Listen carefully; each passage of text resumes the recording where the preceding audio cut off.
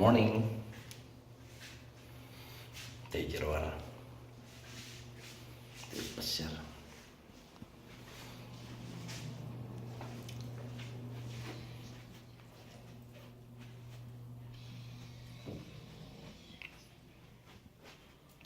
Dami na naturog.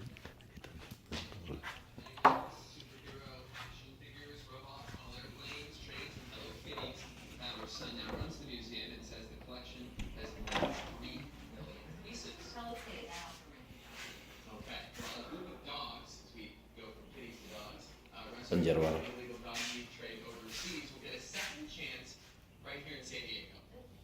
I'm going to adopt a dog one of these days. I just know it. Okay, in November, our local Humane Society took in 26 dogs from China. And take a look, they're so cute.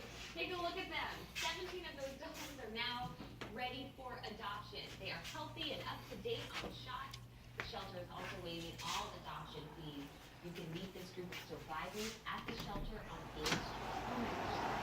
Okay, now those are cute. Not cute. We're going to see that.